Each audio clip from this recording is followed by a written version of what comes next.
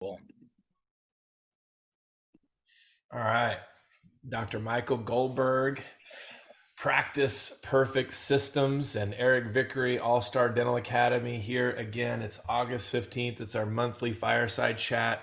We'd love to just talk about what's, I guess, a big important topic for our clients at the time, and really just share what we're going through from our perspective and also help our clients out there listening. So, you and I were text messaging about this, and I just see a huge need for supporting doctors and teams on larger cases. I'll put it that way. And not to get salesy and not to get into this pressure sales direction. Also, really, are we willing to treatment plan it? I think that's the starting point. So why don't you jump in and share with us your thoughts on why aren't we treatment planning it? Let's start there. So I'm going to go back a little bit because I saw you were on a webinar about how to get off of insurance dependency, right? Okay. Yep. I don't remember who it was with, Mm-hmm. but and I think this is tied into that because I think it's a mindset, and I think it starts off in dental school. Yeah. So in dental school, we're taught that we do a history exam, we diagnose, we treatment plan, and then we present treatment. Mm-hmm. And sometimes that's done in the constraint of Medicare. I'm sorry, Medicaid. Or free dentistry of some sort because you're in dental school or something. So in most dental schools around the Yep. country, Yep. a significant percentage of patients are Medicaid, Mm-hmm. some kind of assistance, some kind of low reimbursement insurance. So that's changed, by the way. That's not how it was when I was in dental school. Mm. Because the government actually subsidized dental schools. Mm. So they got out of that business in the late 80s, mid 80s, late 80s. And then dental school clinics had to basically run on their own. So they had to make money. And even though dental education is still the most expensive around, the clinics had to make money. So they got out of the business, and that presented a challenge because dental students are not being taught to diagnose comprehensively.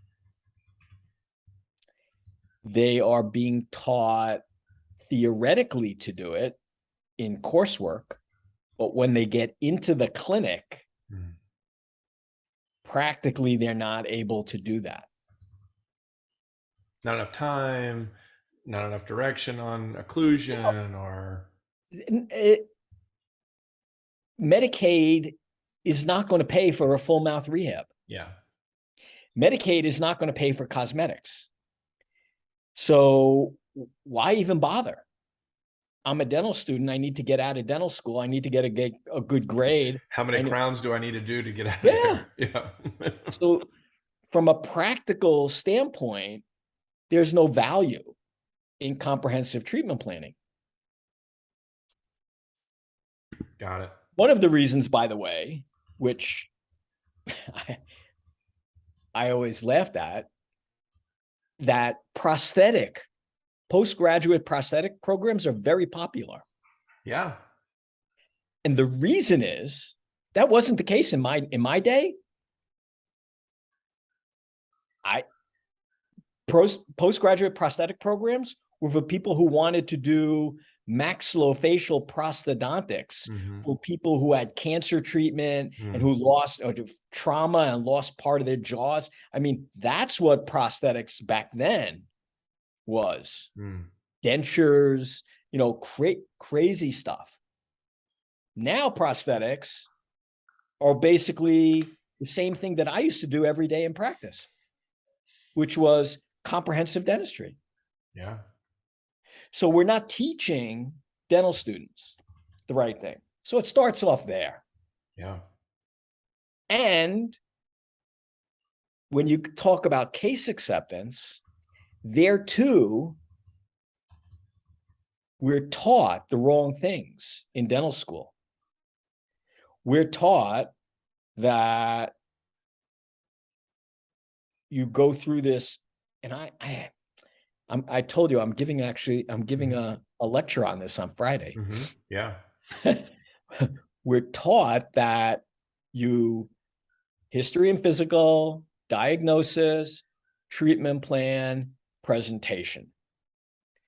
In dental school, there's no finances involved. There's never a financial discussion. So kids are not used to discussing money. Yeah. And then there's guilt involved. Doctors, I think, feel guilty charging anything for a service that they think people need. And even, and I don't want to get too political about this, but healthcare is a human right is a prevailing, I think, philosophy in many areas of the country. And if healthcare is a human right, what right do I have to charge for it? Or to pay off that school bill. Well, so yeah, I mean, I don't know if I told you this story. I wrote 2 letters to a president. Both of them were to Barack Obama. Both of them were in response to the Affordable Care Act. Yep. And I said to him, I'm a socially minded person. I believe in social responsibilities. So if you're going to do this, do it right. But you can't, and doing it right means starting from education and moving through. So you can't charge somebody $400,000 to go to school and then limit their ability to pay that back. That's right. That just doesn't make any sense. Yep. So I said, if you're going to fix it, fix it the right way. I think lots of dentists, if a dentist was presented with an option of not having to pay through school and having, so the average salary right now for a dentist average, I think, is $185,000, something like that. So let's say it's $200,000. You'll make $200,000 a year. I bet you a good percent, maybe the 80-20 rule, maybe 80% of people say, hey, I'm fine with that. You pay my education and I'm okay. I mean, look, that's what happens in Europe, except that they don't make anywhere near $200,000. I'm talking about in countries that have national health. So there are national health programs in many countries. England, the salaries are very low. Yeah. I mean, well, think about like teachers. I mean, it'd be similar to, you start getting into that sort of factor of, hey, you're going to be in a teacher salary and you're going to work. When you tell you're working for the government, it's going to be controlled. Yeah. Except you're not going to have to work as many hours. And, there's going to be trade-off. But anyway, let's get back on topic, because I think it's a really important thing, and I think as it ties into the wanting to get out of insurance, because everyone's being squeezed now by insurance companies. Yeah. Your costs are going up and your revenue is either the same or lower. So your profit margins are shrinking. So now it's being infringed upon. Yeah. Right. So now docs are seeing that. So everybody says, oh, we're going to have the membership program. We're going to do this and we're going to drop insurance. That's all well and good if you understand that you can't talk to people the same way. There you go. Not only that, but the process actually starts in marketing, what we would call pre-framing. So about that time, the time to bring value to the process, the time to understand what motivates the patient is not when they get into your treatment room. It starts way before that. Yeah. It starts in the marketing. It goes through the entire cycle and involves everyone in the office, not just the doc. Because oftentimes your staff, your team members will understand what motivates a patient better than the doc will. Mm-hmm. Better Because trusting connection, building relationship. Yeah. just being open. I mean, so, it's your marketing. It's how you answer the phone. It's how you bring value to the appointment when it's being scheduled. It's how you confirm it. Yeah. And then you get the patient in and you need to understand what motivates them. So in 1978, I went to a lecture.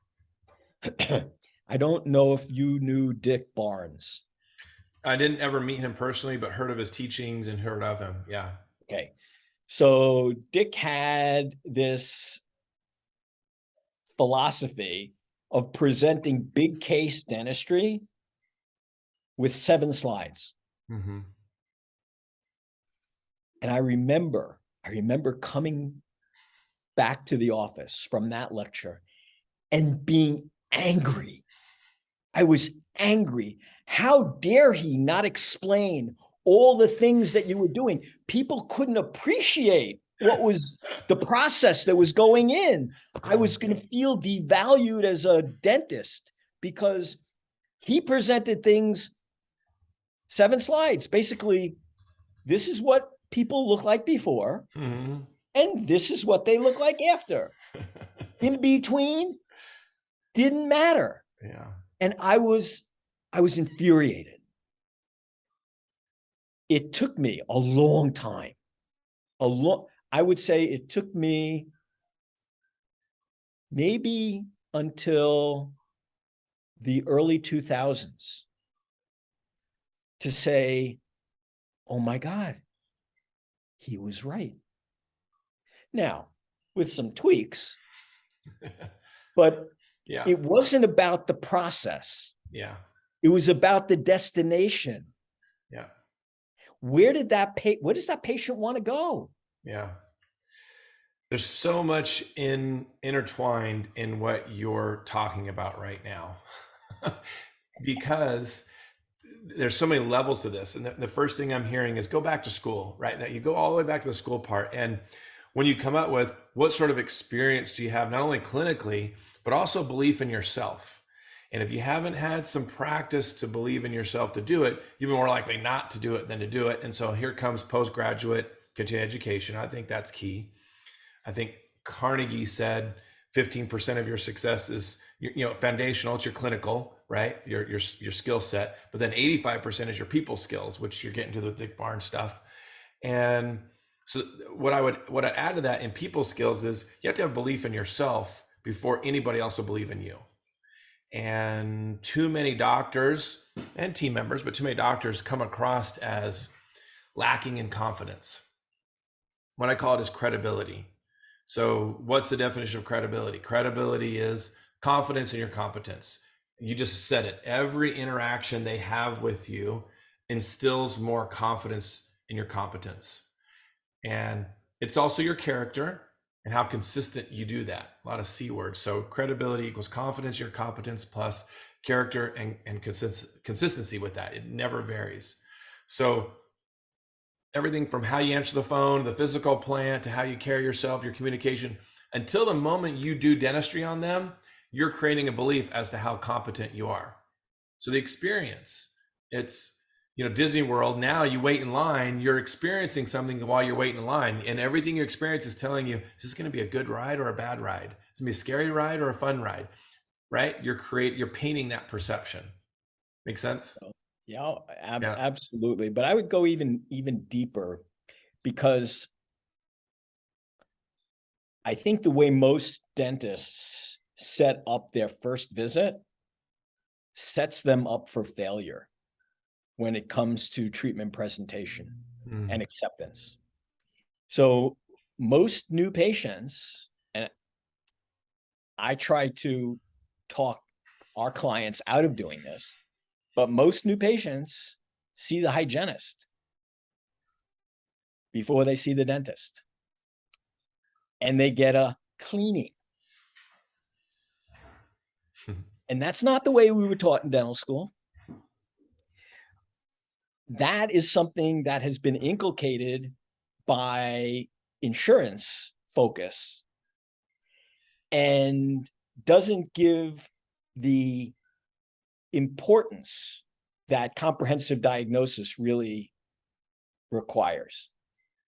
So in our practice, and you don't know this, but I mean, I did full mouth rehabs and cosmetics and comprehensive treatment. Rarely, if ever, did I present treatment at the first visit. Rarely. And it's sort of a medical model, because when you go to a physician, what do? They do a history and physical, they take blood work, they run tests, and then either they come back on a telemedicine visit today, or you come back into the office and they say, okay, listen, your cholesterol is high. We want you to do this. Your blood pressure was. That's the model that encourages comprehensive treatment. So if I'm doing, so every patient got photographs, every patient got saliva testing, every patient got a T-scan, occlusal analysis. Every patient got scanned. And then I was able to sit down with that. I mean, it takes time to comprehensively diagnose. I mean, I sat down with that and I would write out a problem list. I would understand what the patient's destination was. Yeah, what they want, why they want it. And then I would come up with usually 3 options. And one of those 3 may be doing nothing. But at least 2 active therapeutic options. And then the patient would come back and we would have a upright conversation, not with the patient leaning back, right? Unfortunately, I didn't have the luxury of having a consult room. Manhattan real estate being what it is. So it was in the treatment room, but patient was sitting up, eye level contact. I mean, one of my mentors is Dan Kennedy, and not a dentist, a marketing guy. And Dan charges some ridiculous amount for one day. One day with Dan used to be $18,000. It's probably in the 20s now, just for a single day. And he says, the key in getting that money is being able to look somebody in the eye and say, this is what the fee is, without batting an eyelash.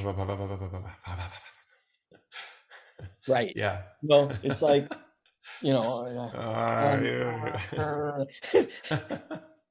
right. So, and that's why I believe, now I didn't present financial arrangements, but I presented the fee. How you work that fee out, that's taken care of by somebody else who knows what the reason, knows what that patient's destination and their why is. But I needed to be the one. Yeah. Say, this is going to cost $75,000. I have a friend. So I have this mastermind group. And that's, I guess it's when I started in this mastermind group, which was 2006. That's, I think, when I started to understand the validity behind Dick Barnes's seven photos. And as I studied, Simon Sinek and Robert Cialdini, and Daniel Pink, when I started understanding what was really behind sales, Yeah. per se, Yeah. bad word, but I started understanding all that. I mean, my acceptance rate went through the roof. I mean, it Changes was always everything. good. I had a authority-based practice. Mm-hmm. So people were referred to me because it was me. Mm-hmm. And they knew, they were pre-framed. Yeah. Most of the patients were referred by physicians. Yeah. You went, it's one of the things I love about physician referrals. When you get referred somebody by a physician, Mm-hmm. there's an automatic trust factor. Yeah. It improves the trust factor greatly. Yeah. They're not walking in blank off the street wondering, what am I walking into here? But that's part of the pre-framing, and that's why marketing is so important. And when I look at most people's websites, I mean, most websites are terrible. They talk about process. There's nothing in the dental office that doesn't scare the crap out of a normal human being. Nothing. Even, so we work a lot with patients that with doctors who do dental sleep medicine and TMJ. Yeah. But even then, I mean, my wife has white coat syndrome. She goes into any doctor's office and her blood pressure goes nuts. That's real. You're going to try to present big case dentistry at the first visit when someone's stress level is this high, and you haven't really built started some trust and rapport and everything. Yeah. Bad. Yeah. So it's Jarvis Analytics. I think they're a division of Shine One. Yeah. So they have this report. I don't know if you've seen it. So they have benchmarks for 2021. Mm-hmm. So the benchmarks is what industry standards should be, and then what the actual number is. Mm-hmm. And they have all kinds of things, including case acceptance. Okay. So the benchmark for case acceptance, what would you think? I mean, coming from their perspective, I have no idea. I just know my perspective on what it is. I have two numbers that I study with our case acceptance tracker. That's 80% of the patients scheduling something minimum, and 60% of the dollars presented being scheduled.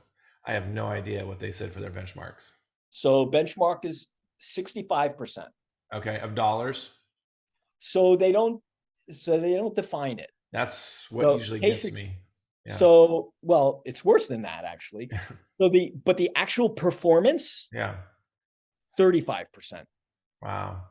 And we don't know what it is. 35% of the people or 35% of the dollars. We're not sure what that is yet. So chances are it's dollars. Yeah, be my because guess. they track it via Dentrix. Via treatment plan. So yeah. But it's worse than that, because they're not keeping track of the people that don't even show up. Yeah. So, how many, what's the percentage of patients who pick up the phone, call your office, and make an appointment? Mm-hmm. No one tracks that. Mm-hmm. So that's to me, that's a big deal. Do you accept my insurance? No. Right? Because that's the first thing everybody asks. Yeah. Do you accept my insurance? No. Yeah. I love teaching teams how to engage with patients so that, they're in sales, but they don't feel like they're selling people, and they build relationship, and they're able to show a patient the direction to go in a non-confrontational way. We call it mutual agreement. And they get to a place where they can ask them, how do you feel about moving forward with this? And knowing that the patient will say, yeah, this feels right. That's where you want to be. So we're taught, again, goes back to our dental school, right? We're taught about patient education being really important, but it's the wrong kind of education. We think most dentists think that patient education is telling them exactly what you're going to do during a root canal. No, the patient doesn't need to know that. They don't care. They don't care. They No. care that they're going to get an outcome Yeah. that's going to take them to a destination that they want to be in, which is, I want to be healthy. I don't want to have pain, whatever that Yeah. destination is for them. And then attach an emotion that they will experience when they've reached that destination. When you've reached that destination, so whether or not it's a new smile, whether or not it's better sleep, whether or not it's the ability to open your jaw, when you experience that, what is that going to mean to you? That's the patient's real key to accepting whatever the treatment is, Yeah. and almost whatever the price is. Yeah. We call it the why, finding the why, as you know. Why. Why is that so important to you? So before you ever looking in their mouth, you're finding out what they're looking for and why they want it. Why is that important to you?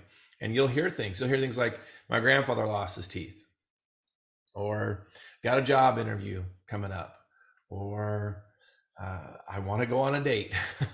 Whatever it is, you're going to hear things that quality of life, confidence, self-confidence. These are things that you hear, and you're going to connect that plan to that reason why. Even if it's my wife made me come here. My wife made me show up. Yeah. So what's important? Keeping your wife happy. Okay. Yeah. Let's do that. That's valid. Let's she probably had you come down here because your breath is smelling so bad. So moving back into the bedroom is your why. So let's back up a step. Let's make this practical. So I'm a dentist. I'm listening to this, and my average treatment plan size is well below the $2,500 mark. And I'm just maybe don't want to scare people away. I'm approval addicted, and I'm just putting a couple things in there. How do I change? What's the first thing in doing something different? What is it? A mindset? What is it? So I think the first thing, and it's something that I had done when I was younger, is I phased treatment. Mm-hmm. Listen, there's all kinds of stuff that's going on, but let's do phase one. Phase one is getting you to a point where you have no active problems going on. And let's go with that. Mm-hmm. And phase one is going to cost $2,500. Mm-hmm. Once we do that, we can talk about some of the other things. Mm-hmm. Phase two, which might be building up your bite, might be moving some teeth around. And then we can talk about phase three, which might be some more comprehensive treatment. Got it. Yeah. All right. That's good. So you can start off with that. Mm-hmm. So you basically chunk it, but you're doing it. I mean, so I said, I started that when I was younger. Yeah. And like you said, it was my mindset. Yeah. I think that's the big key right there. I think you have to believe in yourself before anybody will believe in you. Right. I said that earlier. And nobody's going to believe in you if you don't believe in yourself. I think that's probably a better way to do it. And your self-belief, there's so much internal self-talk holding you back from doing things. And not everybody's going to do it, and that's okay. But you got to sleep well at night knowing that you're identifying all the conditions for the patient. And I agree with you. I think during the exam, if they just hear all of the conditions that are wrong, all of the concerns that you're calling out with your assistant or hygienist, whoever's in the room with you, and they're hearing those concerns, I think that gets them also start asking for more. I think that gets them to diagnose with you, as long as they can understand what you're saying. You're not going, MODL, furcation, abfraction, crown. That's not going to get you anywhere. But if they really understand diagnosis and the consequence of that diagnosis, toothache or tooth loss, they'll be more likely to ask for more. So I love that. I just had a client right before this who is in a southern state, in a very poor town, where a good number of the younger people already have dentures, sort of a thing. Wow. And the challenge is, well, how do you educate these people. Change their state of mind. Yeah. So, I said, one of the things that so with the lower the education level that people have, the more they respond to fear. So I said, consequences of inaction need to be promoted way more than benefits of action, because they don't appreciate the benefits, because social proof is, well, everybody else has full. What the heck? Yeah. Right. But what does that mean to your ability to eat? What does that mean to your sex life?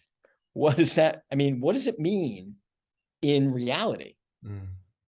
So from a practical standpoint, back to practicality. So I think what a dentist can do, first of all, is really do a comprehensive exam. And we're not seeing that either. That's huge. I still can't believe that. It's like, stop doing emergency, treat, and then send them on their way. You've always got to be focused on converting them to a comprehensive exam in some form or fashion. Even you mentioned they come in with hygiene. I think that's another form of approval addiction, because people call and say, I need a cleaning. And we go, okay. And we put them in the hygiene.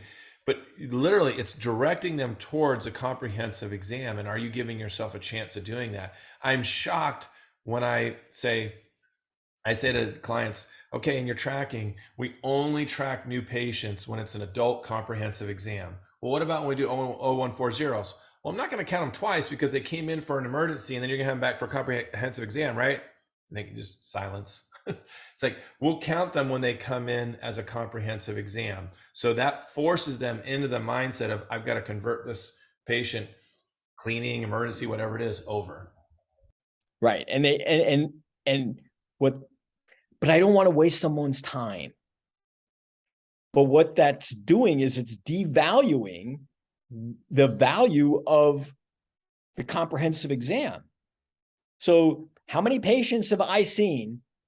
And I hope that everyone's doing oral cancer screening, but I have to tell you that when I do oral cancer screening, I tell people what I'm doing.